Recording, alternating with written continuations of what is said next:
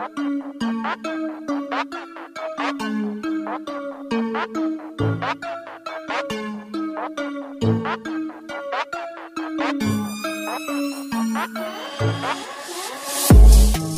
semuanya, kembali lagi ke channel yang seadanya ini. Kali ini gue akan ngelanjutin pembahasan dari novel Tensei Kizoku no Isekai Bouken Roku, yang dimana ini adalah kelanjutan dari video yang kemarin. Di video kemarin itu sampai pada pembahasan hari ya, dimana hari kita tunggu-tunggu, yaitu pertunangan Kain dengan harem-haremnya. Jadi kita lanjut ya dari situ. Oke, jangan berlama-lama lagi, langsung kita gasken.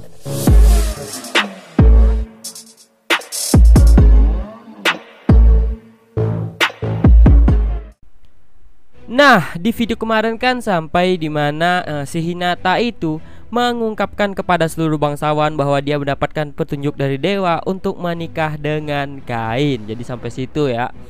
Setelah Hinata mengeluarkan pernyataan yang sangat mencengangkan itu, seluruh aula pun diliputi keheningan. Lalu Hinata pun melanjutkan perkataannya dengan mengatakan bahwa dia juga adalah seorang saint kerajaan Marineford, sehingga ia pun tidak bisa begitu saja tinggal di kerajaan Sylphot selamanya.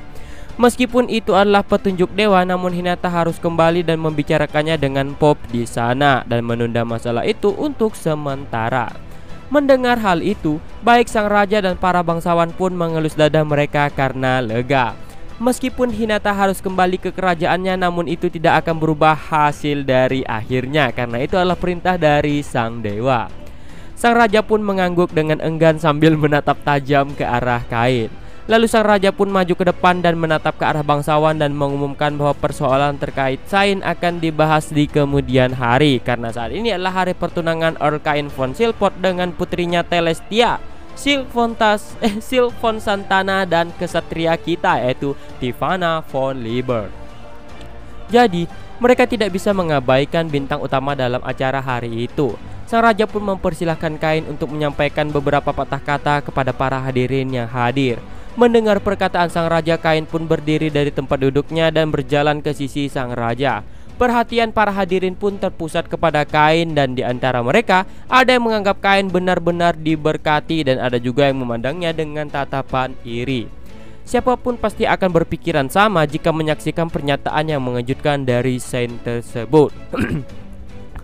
Sambil tetap duduk di meja mereka, tatapan para bangsawan itu pun menusuk ke arah Kain yang berdiri di panggung yang lebih tinggi.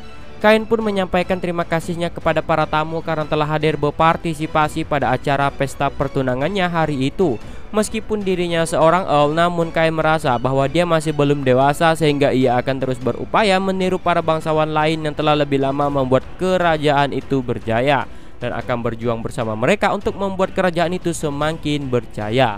Dan setelah itu Kain pun menutup pidatonya dengan membungkuk, dan terdengarlah tepuk tangan yang meriah dari para bangsawan yang hadir. Saat sang raja menutup acara itu, tepuk tangan pun kembali terdengar. Kemudian keluarga kerajaan pun mulai meninggalkan aula. Setelah seluruh keluarga kerajaan meninggalkan aula, selanjutnya giliran Saint untuk beranjak pergi, yang kemudian diikuti oleh Kain bersama dengan Telestia, Silk, dan Tifanna.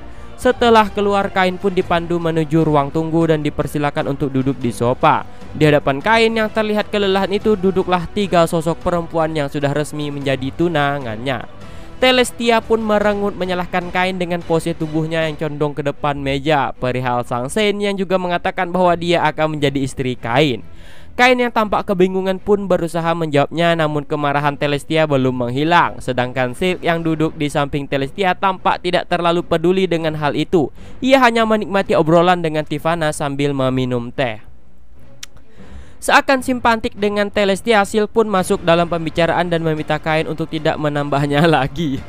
Tifanna pun mengatakan bahwa kali ini mereka tidak punya pilihan lain karena sang Saint mengatakan bahwa itu adalah perintah dari dewa.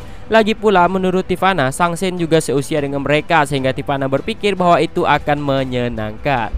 Namun mereka ini padahal tidak tahu ya guys ya, nanti di kedepannya beberapa volume ke depan itu akan ada harem baru Kain lagi, yaitu dari ras iblis gitu. Yah, pokoknya ditunggu aja lah. Tifanna juga tidak peduli berapapun jumlah istri Kain karena dia tetap bahagia asalkan selalu bisa melakukan pertandingan dengan Kain. Selain pertandingan dengan latih pedang, melainkan itu pertandingan ya Mendengar nasihat lembut dan kata-kata menghibur dari Tivana, Celestia pun mulai agak mengendurkan ekspresinya, dan sebagai istri Kain, ia pun berharap agar mereka semua bisa saling mendukung ke depannya. Sambil tersenyum, Silk pun menyampaikan persetujuannya akan hal itu. Melihat senyuman Silk, Celestia pun akhirnya mulai tersenyum. Melihat itu, Kain pun akhirnya dapat bernapas dengan lega, dan upacara pengumuman pertunangan pun berakhir dengan damai. Setelah acara pesta selesai, para bangsawan pun kembali ke mansion mereka masing-masing, dan di antara mereka ada seorang pria yang sedang terduduk di ruang kerjanya sambil memegangi kepalanya. Dia adalah Gam yang tampak kelelahan menghadapi Kain yang terus-menerus menimbulkan masalah. Lalu, Sebas pun datang menghampiri Gam untuk menyuguhkan teh kepadanya. Gam pun mengambil cangkir teh yang ada di hadapannya lalu menyeruputnya, dan kemudian ia pun menghela nafas panjang. Mengesampingkan Gam yang tampak terbebani, Sebas pun terlihat cukup puas dengan kejadian itu. Bagi Sebas yang telah mengenal Kain sejak lahir, Kain adalah sosok yang sangat imut sampai kapanpun. Terlebih, Kain juga telah menjadikan keponakannya, si Colin, sebagai kepala pelayan di mansionnya. Dan kini Kain pun mendapatkan Tuan Putri, Putri Duke, bahkan seorang Saint sebagai istrinya. Itu adalah sebuah kehormatan yang amat tinggi bagi kepala pelayan yang melayaninya. Dan Gam pun terus mengeluh kepada Sebas yang sama sekali tidak menunjukkan perasaan prihatinnya. Beberapa hari pun berlalu dengan damai tanpa masalah sejak pesta pertunangan berakhir, dan kini di halaman istana sudah berbaris 20 ksatria dengan armor logam berwarna putih perak. Di bagian dada armor besi tersebut terukir pola burung merpati yang merupakan lambang kerajaan dari Marineford. Mereka adalah pasukan ksatria suci yang menggantikan pasukan pengawal Saint yang lama yang sedang ditahan. Sebagai wakil komandan Royal Knight, Daem pun menyambut kedatangan komandan pasukan mereka. Mereka berdua pun tampak menunjukkan ekspresi yang lembut dan saling berjabat tangan sambil tersenyum. Mereka berdua adalah teman lama yang sudah berhubungan sejak muda, dan hubungan mereka pun tetap terjaga selama lebih dari 10 tahun sejak mereka pertama kali bertemu dan melakukan pertarungan simulasi antar kerajaan. Mereka pun saling mempertajam teknik masing-masing. Hingga saat ini, Hagen telah menjadi wakil komandan Ksatria Suci kerajaan dari Marineford. Bagi kerajaan Marineford, Ksatria Suci adalah pasukan terbaik di sana, dan menjadi wakil komandan itu artinya dia adalah sosok nomor 2 di pasukan tersebut. Dan karena Daem juga saat ini menjadi wakil komandan Royal Knight, hubungan mereka pun menjadi semakin erat. Rombongan Saint sendiri akan segera berangkat setelah para Ksatria Suci beristirahat selama 2 hari di sana. Jadi sebelum berangkat, Hagen pun mengatakan bahwa dia ingin melihat komandan pengawal yang ditangkap, karena kerajaan mereka juga harus melakukan penyelidikan tentang hal itu. Daem pun mengerti dan segera memandu Hagen menuju ke ruang tahanan. Mereka pun berjalan berdampingan menuju ke ruang tahanan milik Royal Knight, dan pasukan Ksatria Suci pun mengikuti dari belakang. Hari itu Hagen pun melakukan interogasi kepada komandan pengawal yang melakukan perencanaan pembunuhan kepada Saint, dan dia pun telah mengungkapkan semuanya karena hanya orang-orang dari kerajaan Marineford saja yang berada dalam ruangan interogasi tersebut. Sehingga tak ada satupun yang mengetahui bagaimana caranya dia melakukan interogasinya. Hagen pun mengungkap bahwa selain kapten pengawal itu, 2 orang prajurit juga ikut terlibat dalam perbuatan tersebut, dan hari itu pun juga mereka langsung ditangkap. Dan para ksatria suci yang melakukan interogasi itu pun diminta untuk tutup mulut. Kemudian pada malam hari, 2 orang pria berusia 30 tahunan pun duduk berdampingan di sebuah konter di bar untuk meminum sake. Sambil mengguncang-guncang sake yang berada di cangkir kayu miliknya, Hagen pun dengan ringan menundukkan kepalanya untuk meminta maaf kepada Daem karena telah merepotkannya dalam masalah pembunuhan itu dan juga masalah Sang Saint yang telah mengacaukan acara pertunangan Tuan Putri. Daem pun tidak mempermasalahkannya karena seperti yang telah dia katakan sebelumnya, bahwa Kain adalah sosok yang telah disebutkan dalam perintah dewa. Jadi Sang Saint mau tak mau harus menurutinya, padahal mah itu memang niat dia juga ya. Daem juga mengatakan bahwa Hagen mungkin bisa bertemu dengan Kain di acara audiensi besok, sehingga Daem pun berencana akan mengatur pertemuan Hagen dan Kain agar mereka bisa saling berbicara. Hagen pun sangat antusias mendengar hal itu karena dia sangat ingin melihat Kain secara langsung. Daem pun mengerti dan memperingatkan Hagen untuk tidak menantang Kain karena itu adalah pertemuan pertama mereka setelah sekian lama. Kedua pria itu pun menyentuhkan cangkir mereka masing-masing dan mempererat persahabatan mereka sambil bernostalgia. Di hadapan sang raja yang sedang duduk di singgasananya, Hagen yang menggunakan armor berwarna putih pun sedang berlutut. Di belakang Hagen ada 4 orang pria dengan armor yang sama yang juga ikut berlutut. Setelah kemarin tiba di kerajaan Esford dan beristirahat selama 1 malam, kini tibalah saatnya mereka mengadakan audiensi. Kain pun ikut hadir di barisan para bangsawan senior karena saat ini dia sudah menjadi seorang Earl. Saat diperintahkan untuk mengangkat wajah mereka, Hagen pun mengangkat wajahnya sesuai dengan perintah sang raja. Setelah itu mereka pun melakukan sapaan formal dan Hagen juga membacakan surat permintaan maaf secara resmi oleh Pop kepada kerajaan Esford. Setelah itu, Hagen pun menyampaikan bahwa besok ia bersama Sain akan segera meninggalkan kerajaan Esford dan akan kembali ke Marineford. Sang raja pun meminta mereka untuk melindungi Hinata dan untuk itu sang raja juga akan mengikuti sertakan Royal Knight-nya sampai ke perbatasan. Hagen pun mengerti dan akan membawa Sang Sen kembali dengan selamat. Kemudian Hagen pun mengajukan sebuah permintaan kepada sang raja. Setelah sang raja mempersilahkannya untuk melanjutkan, Hagen pun mengangguk dan melanjutkan perkataannya bahwa dia ingin sekali bertemu dan berbicara dengan kain yang disebutkan di dalam petunjuk dewa. Mendengar permintaan Hagen itu, sang raja pun agak mengerutkan alisnya dan agak ragu dengan perkataan Hagen. Namun setelah ia melirik ke arah kain, ia pun mengangguk perlahan. Sang raja pun mengabulkan permintaan Hagen dan akan memerintahkan Perdana Menterinya untuk mengaturnya setelah acara audiensi itu selesai. Perdana Menteri Magna pun mengangguk lalu mundur dan kemudian memberikan perintah kepada pegawai di belakangnya. Setelah audiensi berakhir dan keluarga kerajaan meninggalkan ruangan, Hagen pun juga meninggalkan ruangan lalu para bangsawan pun akhirnya bubar. Kemudian kain pun dipandu oleh pelayan agar menuju ke ruangan pertemuan. Kain pun mengikuti pelayan itu sambil memikirkan apa yang harus ia katakan nantinya. Kemudian pelayan itu pun mengetuk pintu sebuah ruangan dan kemudian membukanya. Di dalam ruangan tersebut sudah ada Hagen sang kesatria suci beserta Daem sang wakil komandan Royal Knight dan Perdana Menteri Magna yang sedang duduk di sofa. Hagen dan Daem pun duduk di hadapan Perdana Menteri Magna yang duduk di tengah sofa. Kain pun berdiri di samping tempat duduk Daem dan menyapa Hagen sambil memperkenalkan dirinya sebagai Earl Kain von Silford Drintel. Menanggapi sapaan dari Kain, Hagen pun memancarkan sedikit aura membunuhnya. Cari mati nih, cari mati. Daem yang menyadari aura membunuh dari Hagen pun bergegas ingin berdiri dari tempat duduknya. Namun Kain dengan wajah santainya menahan bahu Daem sambil mengatakan bahwa itu bukanlah apa-apa baginya. Kain pun menjawab dengan senyuman di wajahnya karena hawa membunuh yang dikeluarkan oleh monster yang ia temui lebih mengerikan dari itu. Bahkan Kain pun pernah menerima hawa membunuh milik Yuya yang membuatnya hampir pingsan. Jadi itu bukanlah masalah besar baginya. Setelah menarik kembali aura membunuhnya, Hagen pun berdiri dan kemudian membungkuk meminta maaf kepada Kain atas kelancangannya. Hagen mengatakan bahwa dia hanya ingin sedikit menguji Kain agar ia bisa menilai apakah Kain orang yang cocok untuk Hinata atau enggak. Mengingat usia Kain, Hagen pun tidak menyangka bahwa Kain sama sekali tidak terpengaruh oleh aura membunuh miliknya, sehingga baginya itu sangatlah mengagumkan. Untung aja nggak digaskan nih. Kalau digaskan ya siap-siap satu kepala melayang kalilah. Untuk masalah Hinata, Kain pun mengatakan bahwa dia juga terkejut mendengar apa yang dikatakan Hinata, karena itu semua terjadi terlalu tiba-tiba tanpa memberitahunya terlebih dahulu. Mengesampingkan Hagen yang sedang melipat kedua tangannya dan berpikir, Perdana Menteri Magna pun membuka pembicaraan dengan mengatakan bahwa itu semua merupakan perintah dewa yang disampingkan oleh Sen sendiri, sehingga itu tidak bisa mereka putuskan dengan mudah walaupun saat ini Kain sudah memiliki 3 orang tunangan. Di antaranya Tuan Putri dan 2 putri keluarga Duk dan ditambah lagi dengan Sang Sain. Setelah sekilas melirik ke arah Kain, Magna pun kembali menatap Hagen. Hagen pun mengatakan bahwa dia juga tidak bisa membuat keputusan tanpa kembali terlebih dahulu ke Marineford dan berdiskusi terlebih dahulu dengan para petinggi termasuk Pop. Meskipun itu adalah petunjuk dewa, jika memungkinkan Hagen juga ingin Kain untuk ikut ke kerajaan mereka.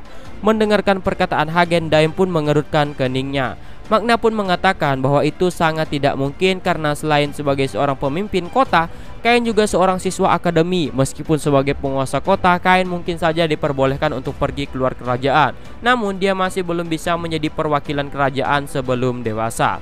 Magna pun langsung menolak untuk membiarkan Kain dibawa mereka. Dalam hal tertentu, perkataan seorang bangsawan penguasa kota dapat mewakili kerajaannya. Walaupun Kain masih seorang kanak kecil, namun kenyataan itu tidak akan berubah. Hagen pun mengerti akan hal itu dan mereka pun akan tetap berangkat besok sesuai rencana meskipun tanpa Kain. Setelah itu perbincangan di antara mereka pun berlanjut. Dari pembicaraan itu terungkaplah bahwa Hagen dan Daem adalah kawan lama dan Hagen juga bukan termasuk fraksi Pop sehingga ia bersikap netral.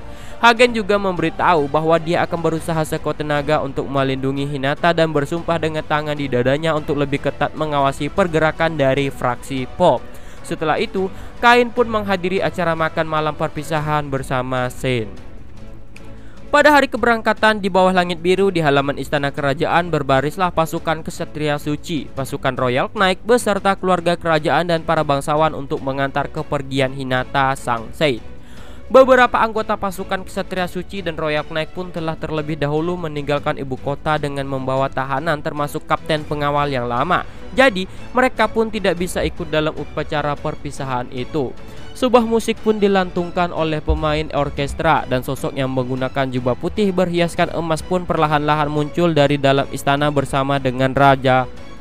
Sebelumnya, Shen meminta kepada sang raja agar Kain ikut menemaninya sampai ke perbatasan. Namun sang raja menolaknya dengan sopan. Meskipun jika terjadi kejadian yang tak terduga, kemampuan Kain akan sangat dibutuhkan. Namun mereka memutuskan bahwa tidak baik menunjukkan kemampuan Kain kepada pasukan elit kerajaan lain. Namun atas permintaan Kain, Hinata pun diberikan kalung buatan Kain.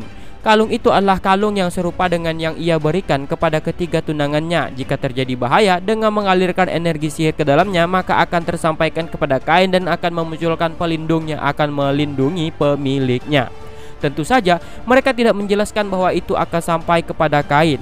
Mereka hanya menjelaskan bahwa itu akan memunculkan sebuah perisai sihir yang akan melindungi sepemiliknya jika dia di dalam keadaan yang bahaya. Hinata pun terus mengangguk sambil tersenyum mendengar penjelasan sang raja karena ia merasa senang karena telah menerima hadiah dari Kain, sehingga perhatiannya pun sudah terfokus kepada kalung itu sepenuhnya. Meskipun Hinata merasa sedih karena harus berpisah dengan Kain sambil menggenggam kalung pemberian Kain, Hinata pun berjalan menembus barisan bangsawan menuju ke kereta. Atas permintaan Hinata, Kain pun berjalan di belakang sang raja. Lalu mereka pun sampai di depan kereta, kemudian Hinata pun berbalik dan tersenyum dengan sangat tulus kepada para bangsawan. Para bangsawan itu pun terpesona kepada senyuman yang indah itu meskipun dia masih anak-anak. Hinata pun mengucapkan rasa terima kasihnya sambil membungkuk ke dalam-dalamnya. Lalu Hinata pun kembali bangkit dan menatap Kain lalu tersenyum lalu berlari kecil ke arah Kain. Lalu Hinata pun mendekatkan wajahnya ke arah Kain dan mengecup pipi Kain sambil berbisik bahwa itu adalah hadiah karena untuk sementara waktu mereka tidak bisa bertemu. Syah! Orang pertama yang mencium Kain, maksudnya di antara tunangannya itu ya. Setelah memastikan bahwa Kain mendengarnya, Hinata pun berlari kembali menuju ke kereta. Tak ada satupun orang yang dapat memahami tindakan yang benar-benar mengejutkan itu, baik kesatria suci yang sedang menjaga kereta maupun para Royal Knight sekalipun. Dan ketika mereka menyadari apa yang barusan terjadi, wajah sang raja pun terlihat memerah, lalu mulutnya pun menganga dengan dahi yang membiru. Karena sekarang sedang dalam upacara pengantaran, jadi raja pun tidak bisa protes, namun ia berniat akan membicarakan hal itu dengan seksama nanti. Menghadapi tekanan yang kuat dari sang raja, Kain pun hanya bisa memalingkan wajahnya sambil mengangguk. Setelah memahami jawaban Kain yang pasrah itu, sang raja pun berbicara kepada para ksatria untuk mengucapkan selamat jalan dan menyerahkan tugas pengawalannya kepada mereka. Mendengar itu, Daem pun langsung memberikan perintah kepada barisan para ksatria untuk berangkat. Dan dengan aba-aba dari Daem, para ksatria pun mulai bergerak maju. Sang raja beserta para bangsawan pun terus menyaksikan kepergian mereka sampai rombongan kereta itu tak terlihat lagi. Dan setelah itu seluruh pandangan pun terpusat kepada Kain. Setelah mereka mengerti tentang apa yang terjadi barusan, tatapan mereka pun dipenuhi oleh rasa kecemburuan. Bahkan di antara mereka ada yang menambahkan aura membunuh pada tatapan mereka. Setelah bahunya ditepuk 2 kali oleh sang raja, Kain pun mengikuti sang raja menuju ke dalam istana.